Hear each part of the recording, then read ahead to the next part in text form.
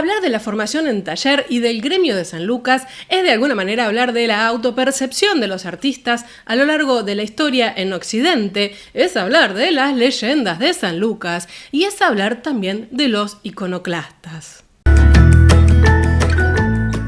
Les doy la bienvenida un viernes más y ya de lleno nos metemos en el tema sin mucha vuelta porque la verdad es que tengo muchas cosas para contarles. Nos tenemos que trasladar temporariamente a la Europa gótica, a esa que se empieza a gestar a partir del siglo XII o XIII.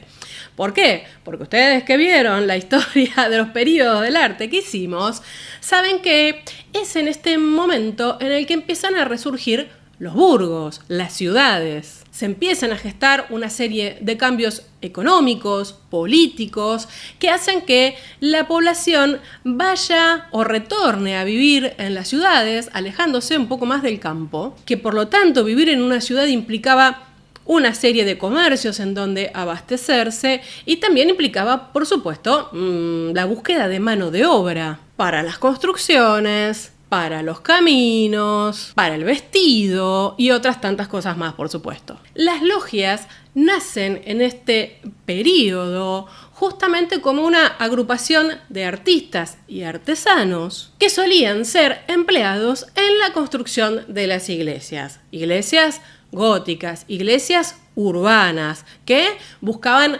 ampliar, extender esos tamaños que venían del románico y buscar altura hacia el cielo. Este grupo de personas estaba bajo el comando de alguien encargado de la obra, lo que sería el magister operis, que era el que se encargaba de la provisión de los materiales, de juntar justamente la mano de obra. Y por otro lado teníamos al magister lapidum, que era el arquitecto, el encargado más de la dirección artística. Por supuesto, muchas veces no había dos personas, es decir, un arquitecto y un jefe de obra, por decirlo de alguna manera. A veces todo eso se juntaba en uno solo, pero lo lógico es que fueran dos. ¿Qué es lo que nos importa de esto? Que esta gente que contrataba el arquitecto y el jefe de obra no era siempre distinta. Si se iba a otra ciudad, no es que llegaba ahí y reclutaba a otros obreros, sino que se los llevaba.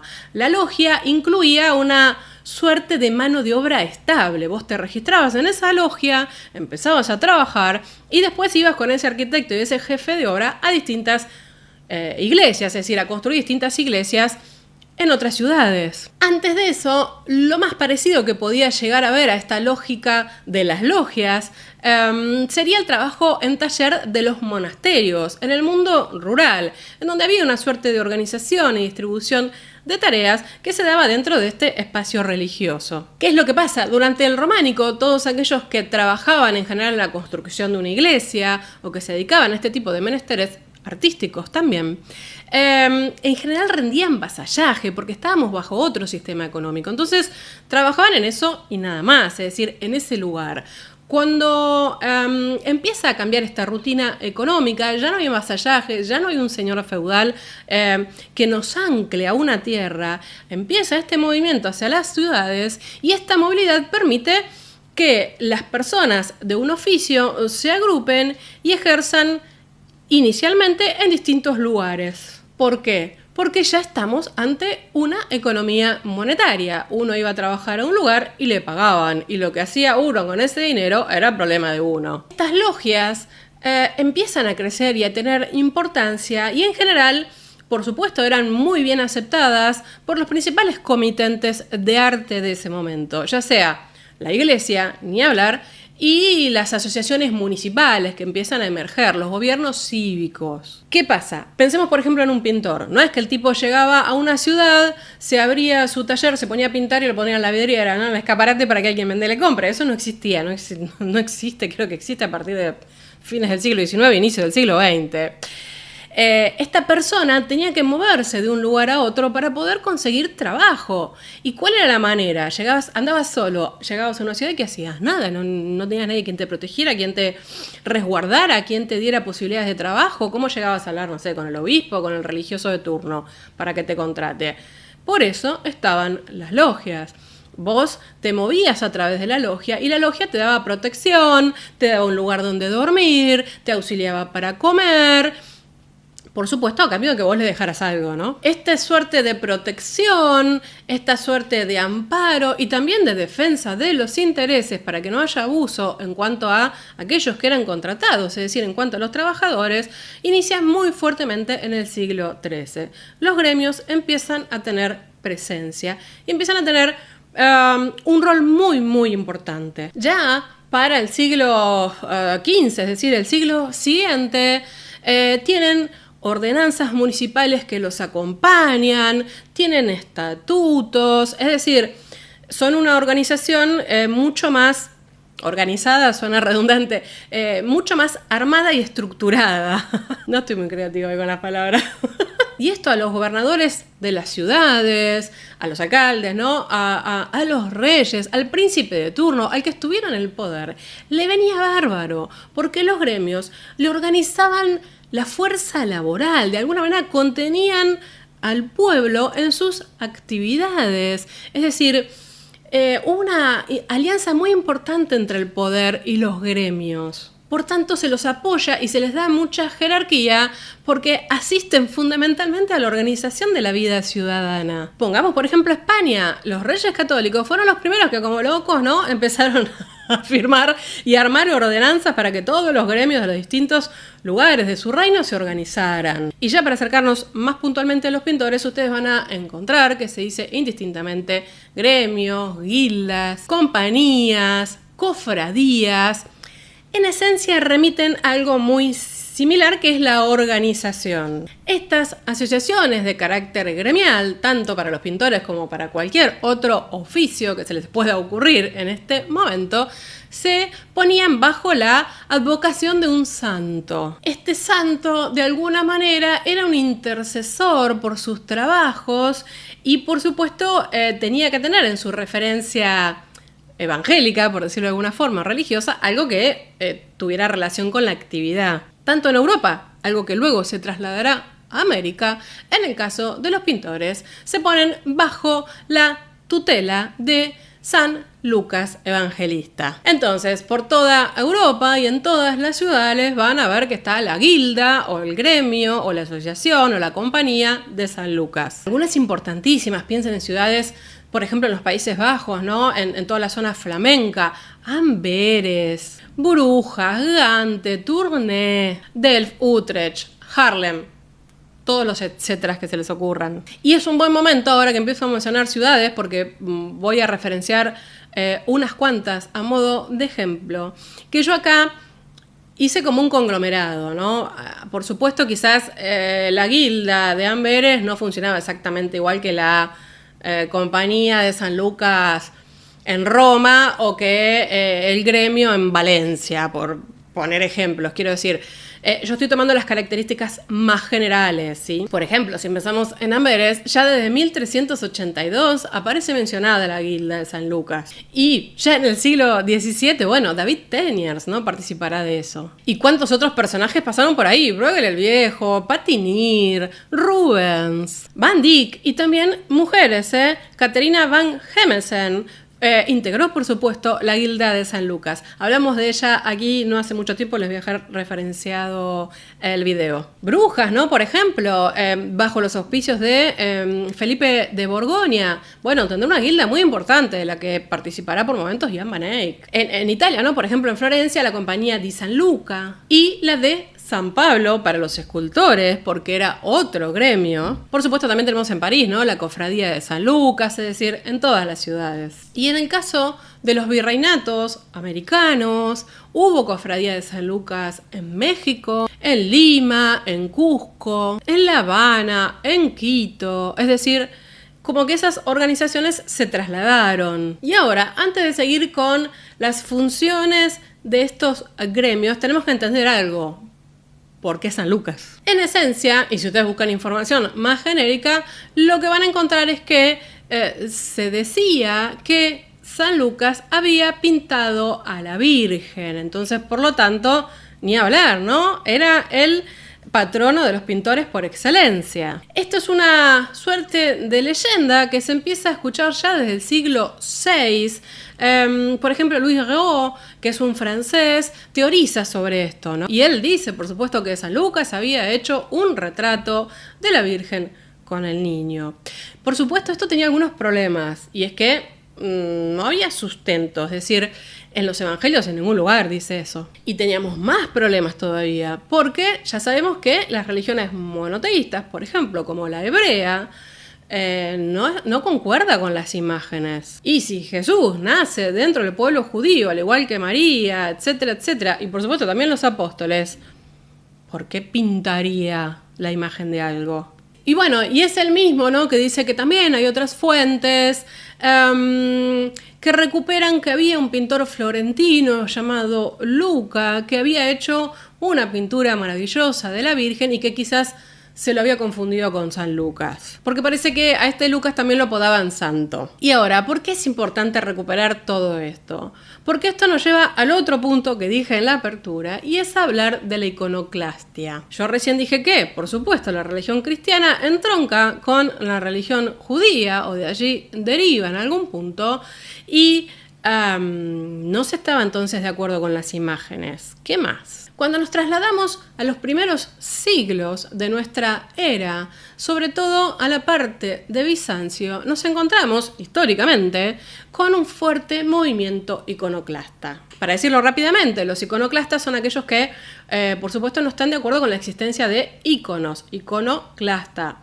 Es decir, no se debería adorar imágenes, es decir, Dios, los santos, etcétera, etcétera, no tendrían que ser representados. A ver, los iconoclastas tienen una mirada religiosa, es decir, que si vos en tu casa querías decorar o pintar tu pared, estaba bien, no es que es estar en contra de todas las imágenes. Tiene un sentido religioso y es no imágenes religiosas. Entonces, en los siglos VI, VII y VIII existe este movimiento con bastante fuerza dirigido contra el arte religioso, no contra el arte en general. Esto tuvo unas derivas bastante interesantes y si algún día les interesa que hagamos un especial sobre los movimientos iconoclastas de este momento o a lo largo de la historia del arte, porque hay un montón, porque bueno, mucho el arte se volcó a lo decorativo, ¿no? En la medida en que no era bienvenido o se destruían imágenes que tuvieran que ver con el ámbito religioso.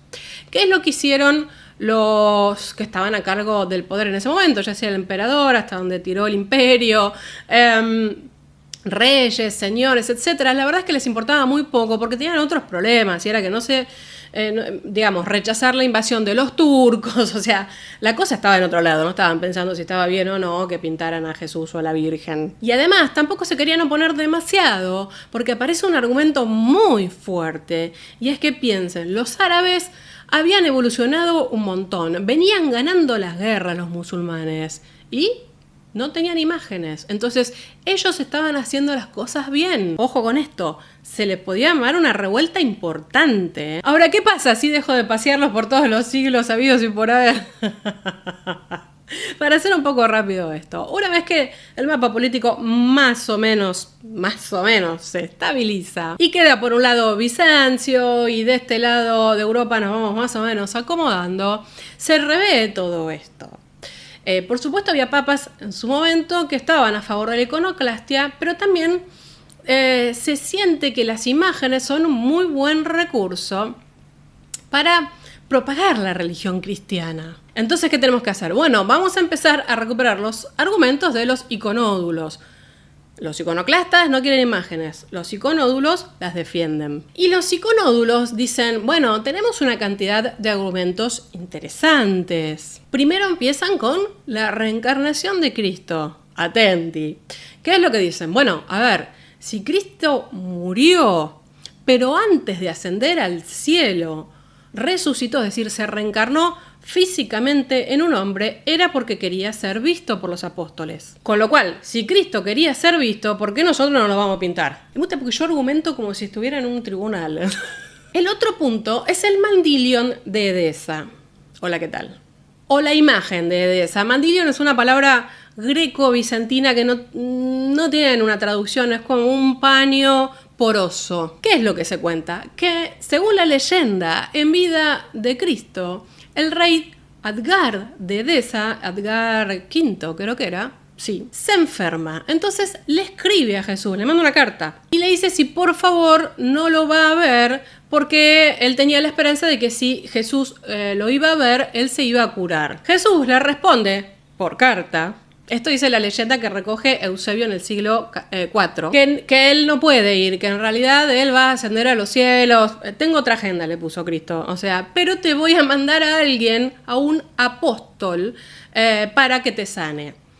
Eso dice una de las versiones. Entonces, ¿qué hizo Cristo? Se pasó un paño por su cara, en donde quedó reflejada su imagen, y lo manda a Tadeo, a uno de sus discípulos, para que se la lleve al rey de Edesa, y este cuando la ve y la toca, se sana. Hay otra versión que dice que cuando el rey recibe esta misiva de Cristo de que no lo va a ir a ver, él manda a un pintor para que le haga un retrato a Jesús y se lo lleve a ver si viendo el retrato de Jesús se podía sanar. Esta es la que más nos gusta, como ustedes imaginarán. ¿Qué pasó? Él manda al pintor Ananías, y Ananías, cuando llega a Jerusalén y lo ve a Cristo, se queda pasmado y no puede agarrar los pinceles, no lo puede retratar. Cristo, ante esta situación, toma un paño, se lo pasa por su rostro, queda reflejada su imagen y así Ananías se la puede llevar al rey. Y el rey se cura, la historia sigue. Si esto les recuerda la historia de la Verónica, bueno, claro, va por ahí. Esta, en realidad, Edgar es como que la primerió la Verónica. Saben que la Verónica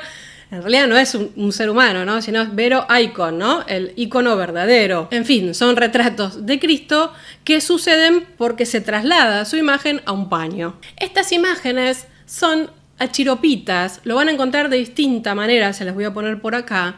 Las achiropitas, o ajiropitas también algunos le dicen, son imágenes no pintadas por la mano humana. Y en realidad, ajiropita es una palabra que se usa esencialmente para aplicar a íconos religiosos, es decir, tanto el paño de la Verónica como el mandilion de Edesa son imágenes que quedaron plasmadas, pero que no las hizo ningún humano, es decir, son divinas directamente. Ahora, las achiropitas o ajiropitas tienen además otra propiedad, que es la propiedad de multiplicarse. Por ejemplo, se cuenta que cuando Ananías está volviendo, ¿no?, con el mandilion para llevárselo a su rey y que se sane, en uno de los descansos él se duerme y apoya este mandilion en un techo, en una teja, y al día siguiente cuando se despierta ve que la teja tenía la cara de Cristo también, es decir que se podían duplicar solas por distintos fenómenos. Bueno, no los quiero volver locos con todas estas historias y términos medios extraños, pero es importante a nuestro argumento, porque todo esto en qué se resumen es: Cristo quiso ser retratado, él hizo retratos de sí mismo, por ejemplo con el mandilion, es decir, porque nosotros no lo pintaríamos, va de nuevo, ¿no? No dejo de tentarme, pero las historias de estas ajiropitas que se duplican y todo esto son muy importantes en un momento para la religión, porque estos íconos atraían a mucha gente y se decía que hacían milagros y demás determinados días, ¿no? Por ejemplo, todos los martes el paño de Edesa hacía milagros y así. Y el tercer argumento, que va a entroncar más fuertemente con lo que venimos hablando, tiene que ver con el rol de San Lucas. A ver, lo que se dice es: San Lucas en los evangelios retrató a María de una manera espectacular, describiéndola, dando un retrato prácticamente que uno lo podía imaginar cuando hablaba de ella. Y otros dicen directamente que no solo escribió los evangelios, sino que directamente la pintó a María. Incluso también se llegó a decir que Lucas no solamente escribió su evangelio, como le correspondía ahí, sino que además pintó todo el evangelio. Esta es una versión que se va perdiendo a lo largo de los siglos y predomina el San Lucas que retrata a la Virgen con el niño. En este momento, este último argumento se aferra muy fuerte a una obra de arte llamada La Pangea de Odigitria. Hoy me van a odiar. Bánquenme que llegamos a buen puerto, se los prometo. La Pangea de Odigitria es una virgen. Odigitria significa en griego, mostrar el camino. Entonces la Virgen de Odigitria es la Virgen que muestra el camino. ¿Por qué? Porque tiene al niño Jesús en sus brazos y le señala el camino. Es decir, el camino hacia la salvación a todos los que la ven, ¿no? Se supone que la Virgen de Odigitria fue la que pintó, así, él, de manos, directo, sobre el lienzo, bueno, en este caso es una tabla, si mal no recuerdo, San Lucas. Entonces, se imaginan, cuando aparece la Virgen de Odigitria, dicen, che, esta es la que pintó San Lucas posta a posta. Bueno, ya está, tenemos la prueba, San Lucas pintaba. Y por las imágenes que yo les voy a estar pasando por aquí, verán que es casi el típico ícono bizantino que se trasladó muy parecido en los primeros siglos a Occidente, a la pintura europea, sobre todo a la veneciana y demás, que está muy influenciada, ¿no? por Bizancio. Esta Virgen de Odigitria es la que se empieza a copiar en todos lados. ¿Por qué? Porque acá hay otro sentido de la copia y es muy importante esto para el arte. Quiero decir, la Virgen de Odigitria supuestamente era la que había pintado San Lucas. Si yo voy y copio ese original, San Lucas la había pintado con la Virgen enfrente, ¿no?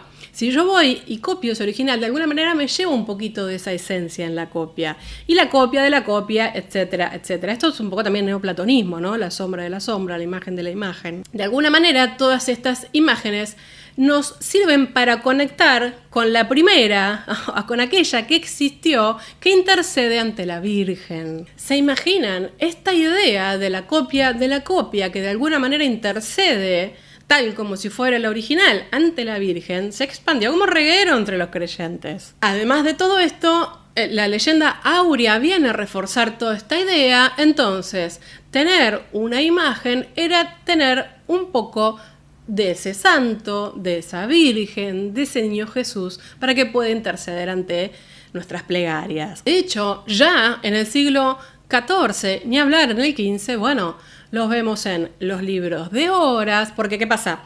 Los libros de horas, recuerden que libros de horas son los libros de oración personales, es decir, laicos, no son los de la iglesia, sino los que encargaban príncipes, la nobleza en general, para poder rezar en su espacio íntimo, en su casa, por decirlo de alguna manera.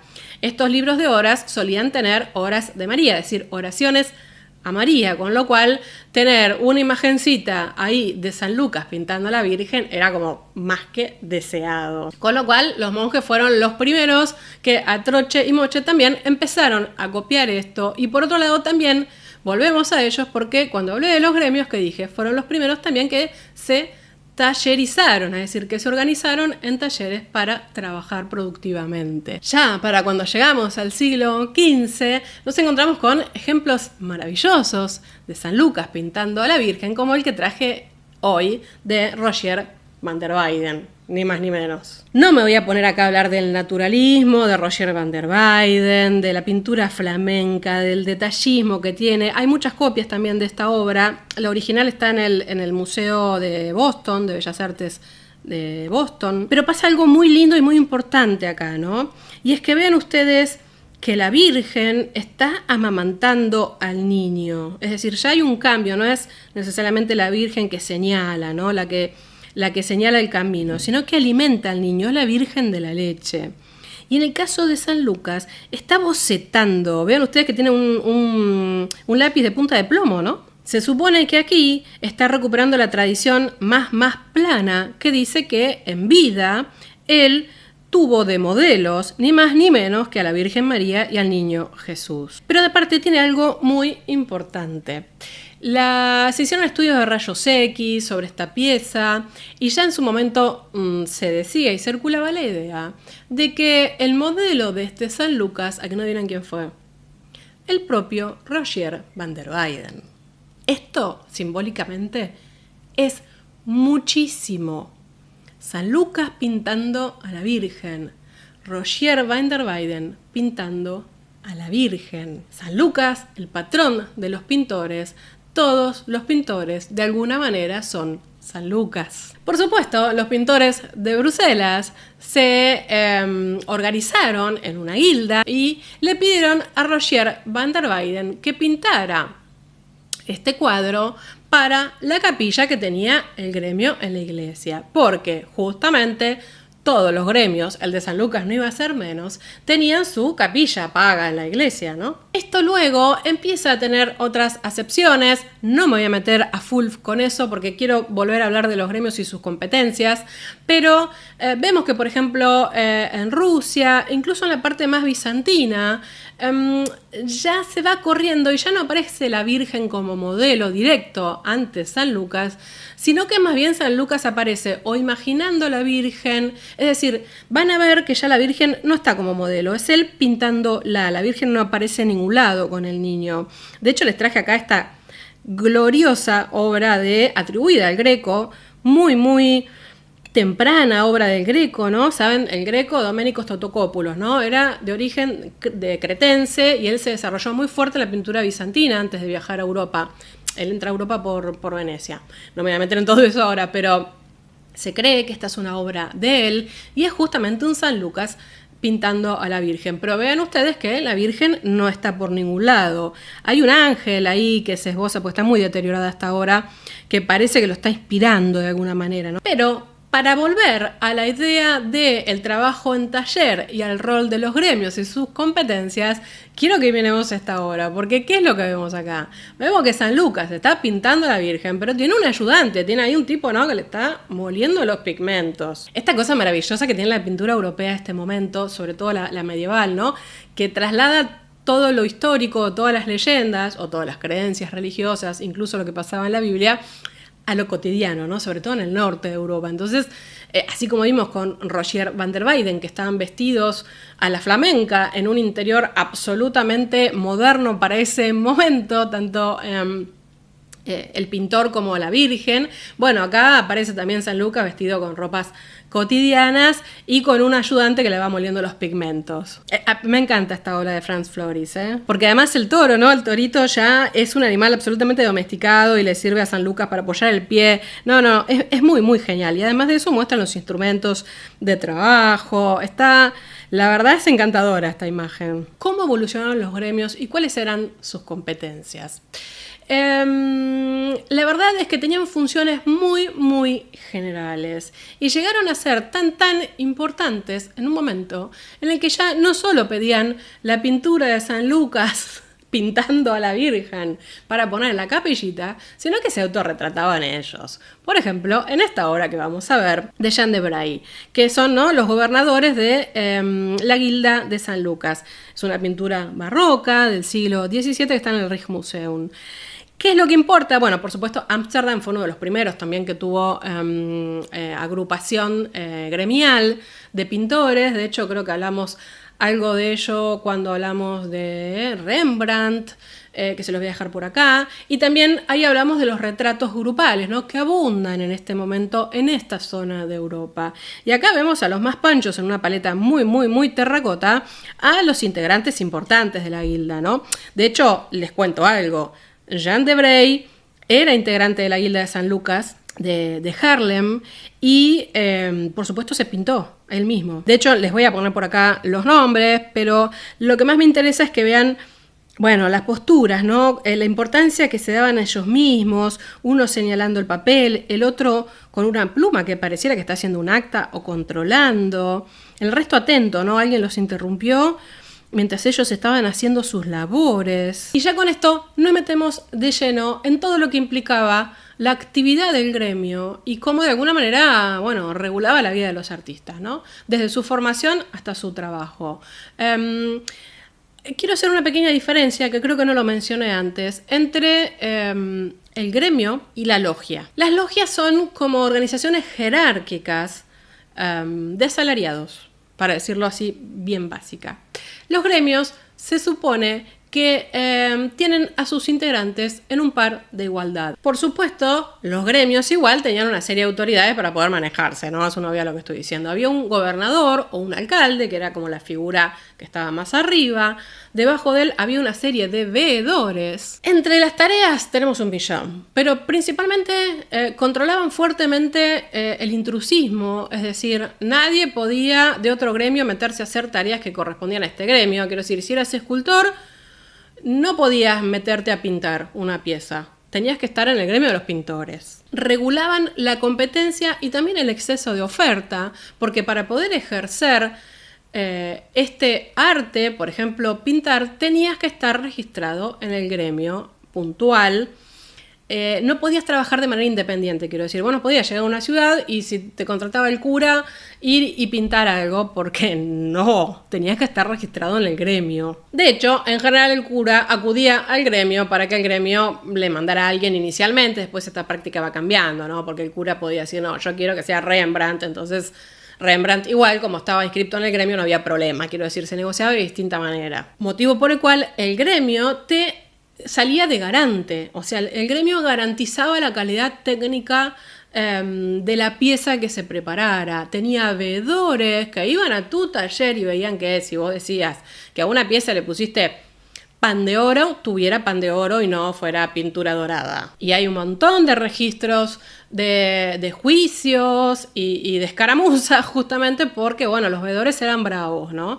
¿Qué pasa? Claro, si vos no cumplías con algo pactado o si vos usabas materiales de peor calidad o si vos decías que usabas, no sé, un azul ultramar de lapislázuli y usabas otra cosa, bueno, el que quedaba mal era el gremio, que era tu garante. Entonces ellos garantizaban e inspeccionaban frecuentemente los talleres. También, si era necesario, regulaban el precio de los productos. Si vos, por ejemplo, hablabas con un pintor y te pasaba un presupuesto y decías, che, este está loco, te ibas al gremio y decías, ¿qué onda con esto? ¿Vale o no vale? Y bueno, los tipos ajustaban. Y por supuesto, ¿no? Hablaban con el artista en cuestión. Entonces, en general, los artistas se cuidaban bastante de no descontrolarse, ¿va? ¿Qué más hacían? Bueno, ellos, por ejemplo, también se encargaban a veces de comprar los productos y materiales que podía llegar a necesitar un taller, porque compraban, digamos, al por mayor y el artista iba y les compraba al gremio. Esto generó también muchos problemas bueno, un poco era algo muy monopólico, ¿no? Lo que pasaba con los gremios. ¿Qué más? Bueno, por supuesto también tenían funciones sociales y religiosas. Además de tener la capillita, solían asistir a algún que otro pintor, artista que cayó en desgracia, o que murió y su familia quedó a la merced de la vida. Solían incluso, a veces, tener hospitales propios. Por supuesto también hacían de tribunal, ¿no? Resolvían disputas entre sus miembros. Si había dos pintores que habían trabajado en algo y, no sé, se indignaban por algún motivo, bueno, iban al gremio ahí a exponer sus problemas. Incluso solían tener una suerte de sala de ventas de piezas. Ellos podían exhibir obras de sus integrantes y venderlas. En el caso del gremio de los escultores, del que hablé muy poco porque es toda otra historia, a veces iban juntos, a veces no, solían proveerles a los escultores no solamente los materiales y vendérselos a un precio más accesible, porque era bastante complejo comprarte un mármol de no sé dónde y mandártelo traer, pero además de eso también les daban un lugar para trabajar. Esto fue algo muy importante, lo recupera bastante Viollet-le-Duc, ¿no? En Francia, cuando él cuenta que ya el escultor prácticamente no trabajaba, por ejemplo, en una pieza en la iglesia directamente, se estaba preparando una obra que iba a haber en una torre, por ejemplo, en el campanario, o en la fachada, sino que las trabajaba en el espacio que le daba el gremio y el gremio lo ayudaba a trasladarlas para colocarlas. Entonces, ahí también es como que les daba un espacio para poder trabajar piezas grandes en el caso de la escultura. Esto también lo cuento porque sirve mucho para entender el momento histórico. Y es un momento en el que ya la pintura, ¿no?, y la escultura se han separado del muro, ya no requieren de ser trabajadas en el lugar. Empieza a aparecer la pintura fuertemente, ya existía, ¿no?, pero más abundante la pintura sobre tabla, la pintura sobre lienzo. Entonces ya el artista trabaja en su propio espacio, en su propio taller, y en el caso de los escultores también empiezan a trabajar en su propio taller, solo que por, a veces requerimientos espaciales que te lo proveyera el propio gremio, estaba buenísimo. En cuanto a qué abarcaba o no cada gremio, bueno, depende muchísimo del lugar. Como dije, en algunos lugares, incluso por momentos, a veces después no, estaban escultores y pintores juntos. En otros lugares estaban los pintores, pero no estaban, por ejemplo, los miniaturistas, ¿no?, los que hacían libros miniados. Entonces, ningún pintor podía trabajar en un libro miniado, o sea, eran súper recelosos de cada actividad. En España es un caso súper interesante porque se complejiza un montón porque está toda la imaginería, ¿no? Los retablos españoles tienen un poco de todo, no es una tabla pintada, una retrotábula solamente, digamos, como en Italia, ¿no? Que es una tabla pintada y ya. El retablo en España, que también se traslada a América, es complejo porque es una obra prácticamente de arquitectura. De hecho, estaban incluidos arquitectos para toda la construcción del soporte. Después, obviamente, estaban los que tallaban la madera, los escultores, los pintores, o sea, era mucho más complejo y se armaban unas buenísimas. Por supuesto, todas estas funciones, sobre todo las de control, estaban apoyadas, ¿no?, con los distintos municipios y alcaldías que aprobaban las ordenanzas de los gremios y decían, mira, yo voy a regular esto y tengo potestad sobre esto, y todo eso estaba registrado. Hay abundantísima documentación. Y otro paso muy importante, y estoy segura que están esperando que llegáramos a esto, tenía que ver con la formación que proponía el gremio para los artistas y la certificación. A ver, las ordenanzas, como los gremios, de alguna manera apostaron a reflejar inicialmente lo que era algo de larga data, y es decir que en los talleres donde se trabajaba cualquier oficio, piensen si quieren en un carpintero, da igual, nosotros por supuesto estamos hablando de pintura, se da una relación alumno-discípulo, maestro-alumno, ¿no? En donde un alumno acudía a un determinado taller para formarse. El aprendiz solía entrar a una edad muy temprana, 10 años, 11 años, 12 años, en general, hasta los 14 más o menos. En general apenas sabía, digamos, leer y conocer algún rudimento de cuentas, o sea, matemático, ya podía participar de un taller y entrar como aprendiz. Esto no se hacía sino que se hacía un contrato ante escribano, un contrato notarial, en donde se decía cuáles eran los deberes del maestro y del taller y los deberes del aprendiz. Creo que de algo de esto hablamos cuando hablamos de Caravaggio, la formación de Caravaggio. En general el maestro le tenía que dar hospedaje al aprendiz, le daba casa, le daba comida y por supuesto procuraba que fuera avanzando en el conocimiento. Estaba obligado a comprarle vestido, calzado y a cuidar de su salud. ¿Por qué? Porque en ese contrato el padre o tutor, el que estuviera a cargo del niño, sí, eran niños, que los dejaban en el taller, pagaba, ¿no? Se pagaba prácticamente por año para que ese chico se quedara ahí. Entonces, de alguna manera quedaba todo a cargo del maestro. Por su parte, el aprendiz se comprometía a dar lo mejor de sí para aprender y a ayudar al maestro en todo lo que fuera necesario. Esto implicó que muchas veces se hicieran más de criados que de alumnos, es decir, los mandaban a barrer, los mandaban a lavar las cosas, los mandaban a preparar la comida. Así empezaban. ¿Estaba esto regulado? Sí, se supone que los aprendices no tenían que hacer labores bajas en los contratos. Pero bueno, hasta que no caía el veedor del gremio. Pero si nos focalizamos más en la enseñanza concreta, que no sea barrer el piso, en general empezaban en principio moliendo los colores, preparando las colas, organizando los materiales para poder trabajar, fabricaban los pinceles. En el caso, por ejemplo, de los escultores, bueno, tenían que afilar las herramientas, extraer quizás grandes bloques inicialmente. Bueno, otra cosa que no dije moler los pigmentos y también, por supuesto, ¿no?, cocer los aceites para poder hacer la mezcla para el óleo. Antes era otra historia porque era con el temple, pero bueno, digo, siempre se trabajaba en la parte, digamos, que tiene que aplicársela el color para poder ser trasladado a la pieza. Luego de pasar esta etapa de contacto más primario, digamos, con todos los materiales para conocerlos bien y saber cómo preparar los colores, etcétera, etcétera, pasaban a una etapa en la que aprendían a dibujar. Una vez que aprendían a dibujar, podían pasar a copiar de otros cuadros o de grabados, y luego de eso podían pasar a copiar del natural, es decir, con modelo vivo. Finalmente, después de eso, podían empezar ya a aplicar el color. Todo esto iba acompañando algunas labores más intelectuales, por ejemplo, conocimientos de perspectiva, conocimiento de geometría y matemáticas, y también, por ejemplo, algo bastante intelectual, lo que se llamaba labor intelectual, que era aprender a componer, a cómo poner las figuras en el plano. Pasados los años de formación, piensen que esta formación podía durar entre 4 o 5 años aproximadamente.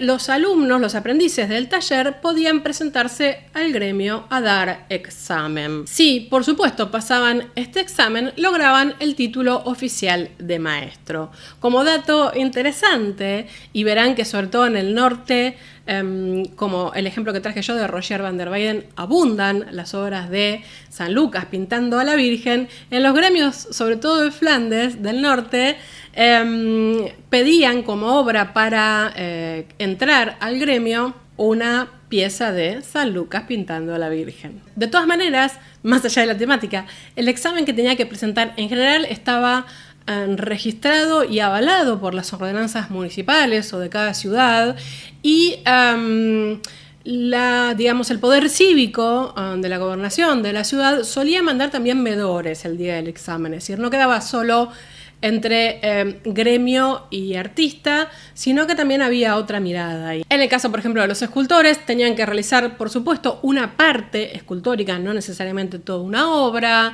Las mujeres no podían presentarse digamos, como maestras, ¿no? Para graduarse de maestras, y por supuesto, depende de los lugares.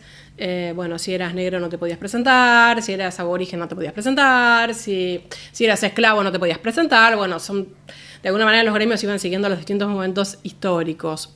Es cierto que una mujer podía pintar, podía ayudar en el taller de su familia, y por ejemplo, si su marido moría, podía estar a cargo del taller, pero no podía examinarse en el gremio de San Lucas. Ahora, tenemos que hacer una mención muy, muy importante que meritaría un capítulo especial, y desde ya les pido que me escuchen, y si les parece interesante lo vamos a desarrollar, para lo que empieza a suceder en la Italia del Renacimiento. Uno puede decir que hasta el siglo XV, también en Italia, los pintores eran un conjunto de personas modestas que se dedicaban a un oficio. Eran una suerte de artesanos. Quizás unos artesanos superiores, pero no mucho más que eso. De hecho, muchos de ellos eran hijos de comerciantes o de otros artesanos. Paolo Uccello era hijo de un barbero, Andrea del Castaño era hijo de un trabajador campesino, Filippo Lippi era el hijo de un carnicero. Quiero decir,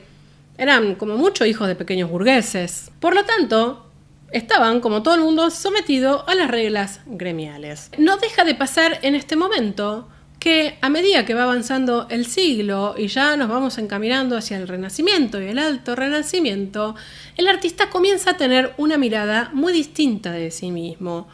Mucho de esto tiene que ver con el neoplatonismo. Se empieza a pensar que el artista, pintor o escultor o arquitecto, por las labores que hace, tendría que formarse en una escuela antes que en un taller. Tendría que aprender a escribir, a geometría y demás, no tanto bajo la mirada de un maestro, sino bajo la mirada de un académico. No tienen tanta relación ya con la cantería, en el caso de los escultores, ni con un taller común y corriente de decoración, en el caso de los pintores. Se empiezan a autopercibir distintos. ¿Por qué? Porque se está volviendo todo más competitivo. Hay artistas y talleres que son muy demandados. Entonces los aprendices ya no quieren ir a cualquier taller donde les enseñen más o menos a pintar. Quieren ir al taller de tal o de cual. Quieren ir al taller, como Leonardo, de Andrea del Verrocchio. No quieren formarse con cualquiera. Es decir, de alguna manera, también a su vez, los que regentean los talleres empiezan a ser un poco más celosos de a quienes reciben y cómo forman. Ya no valía tanto de, barreme el piso y el año que viene veo si te pongo a dibujar un rato. Por otro lado, esta mirada más centrada en el ser humano, en el rol del artista, toda esta corriente, como decía yo, neoplatónica, que empieza a pensar al hombre en términos más intelectuales y demás, hace que los artistas digan, che, nosotros hacemos artes liberales, no deberíamos estar sujetos a un gremio y no deberíamos pagar impuestos como cualquier artesano. Nosotros ponemos una labor intelectual.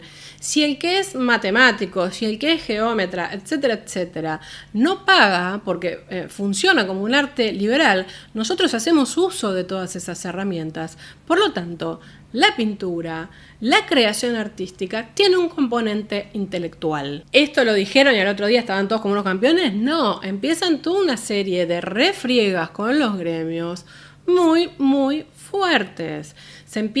Hay artistas que toman la iniciativa de formar una academia, por ejemplo, las famosas academias de San Lucas, que empiezan a existir sobre todo a partir del siglo XVI y se expanden en el XVII y XVIII. Bueno, ¿qué pasa? Era muy complicado, tenías que tratar de negociar con el gremio y decirle, bueno, seguimos perteneciendo al gremio, pero ahora no nos formamos en un taller, nos formamos en la academia. Entonces el gremio que regulaba te decía, bueno, está bien. Terrible. De hecho, en España el Greco, por ejemplo, ya que en Italia habían avanzado mucho más, cuando él va a España ve que el artista era poco más que un artesano e inicia juicios, ¿no? Juicios en los que decía, yo no tengo que pagar impuestos por esto. Velázquez, todo lo que querían ennoblecerse era para no considerarse artesanos y además no pagar a la hacienda. Hubo muchísimos juicios, en general la hacienda les daba la razón, pero el gremio sigue existiendo y la idea de que eran artesanos sigue existiendo. Esto hace que a partir del siglo XVIII entren los gremios en declive, ya los artistas se movían por donde querían, la gente contrataba directamente al artista porque el artista tenía un nombre, entonces ya ni siquiera pasaba por el gremio, y de alguna manera todas estas cofradías van perdiendo peso relativo. El artista, pintor, escultor, digamos, el que hace arte, el arquitecto, inicia en el Renacimiento una lucha por dos cosas: por prestigio social, soy un intelectual. Cuando hablamos de las meninas hablamos bastante de esto, ¿no? Y también por supuesto, temas económicos. No le quiero dar dinero a nadie. Quiero decir, yo lo que quiero cobrar, yo sé cuánto vale mi arte, yo sé de lo que soy capaz como maestro. ¿Qué tiene que hacer el gremio acá? En ese sentido, los gremios empiezan a verse como algo anacrónico, como algo medieval. Y estábamos ya, ¿no?, avanzados en el Renacimiento, estábamos en la edad moderna. ¿Por qué teníamos que seguir viendo las cosas como se veían en el siglo XIII? Por otro lado, y de a poco, empiezan a aparecer otros personajes como los marchands de arte, que un poco los gremios los incorporan, ¿no?, como para no perder terreno. Empiezan también a admitir a los dilettantis. Los dilettantis son aquellos que se dedican al arte, a la pintura, pero no con una formación, es decir, no se examinaban con el gremio, simplemente lo hacían por cierta vocación, interés o hobby. Y entonces ya se va desformando la idea del gremio que todo lo controlaba y que controlaba que se cumplieran los contratos, etcétera, etcétera. Ya si alguien firmaba un contrato con un pintor por una obra y ese pintor no cumplía, en general iba a la justicia, ya no iba al gremio. Entonces, de alguna manera se pierde. Por otro lado, el sistema, digamos, cívico se empieza a ayornar un poco y en algún momento se empieza a establecer la libertad gremial. Incluso, por ejemplo, en España, que voy a traerlo porque es el caso que más conozco junto con Italia, ya, no se les exigía a los artistas no solamente registrarse en un gremio para ejercer la profesión, sino que ni siquiera se les exigía que estuvieran examinados. O sea, estos dilettanti podían trabajar como quisieran. Entonces, si ya la ordenanza de la ciudad te permite eso, listo, ¿para qué querés el gremio? Todo este proceso de alguna manera termina con el agotamiento de los gremios y el inicio de las academias y de lo que implica la formación académica a partir del siglo XVIII y fuertemente en el XIX, que ya lo hemos hablado aquí en un especial. De todo esto tendríamos que sacar, me parece a mí, dos patas muy muy interesantes para recuperar en próximas entradas si les parece una buena idea. Una tiene que ver con esta autopercepción del artista que ya a partir del Renacimiento va más allá de ser el San Lucas, ¿no?, el intercesor con la imagen divina, quiero decir. La idea de la firma del artista, la idea de la autoría, que es algo que también se empieza a gestar.